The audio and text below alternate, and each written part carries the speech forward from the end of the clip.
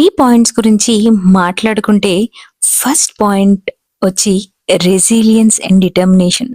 Step అంటే step తీసుకోవటం. ఏదైనా వర్క్ స్టార్ట్ చేసే ముందు మనం ఎన్నో క్యాలిక్యులేషన్స్ చేస్తాం. లైక్ ఇది స్టార్ట్ చేస్తే కంప్లీట్ చేయగలమా? ఛాలెంజెస్ ఏంటి? అసలు సక్సెస్ అవుతామా అని ఆలోచిస్తాం.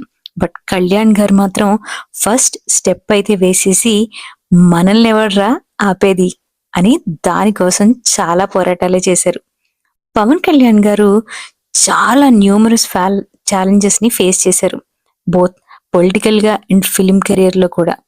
అన్నగారైన చిరంజీవి గారు ఉన్నా తన లైఫ్ ఏమీ కేక్ వాక్ కాదండి. లైక్ మూవీస్ లో తనకి తాను గుర్తింపు తెచ్చుకోవటానికి యునిక్ గా ఏం చేయాలని ఆలోచించి మార్షల్ ఆర్ట్స్ నేర్చుకుని తన లైఫ్ ని ఎన్నో రిస్క్స్ చేశారు కాబట్టే వన్ ఆఫ్ ది మోస్ట్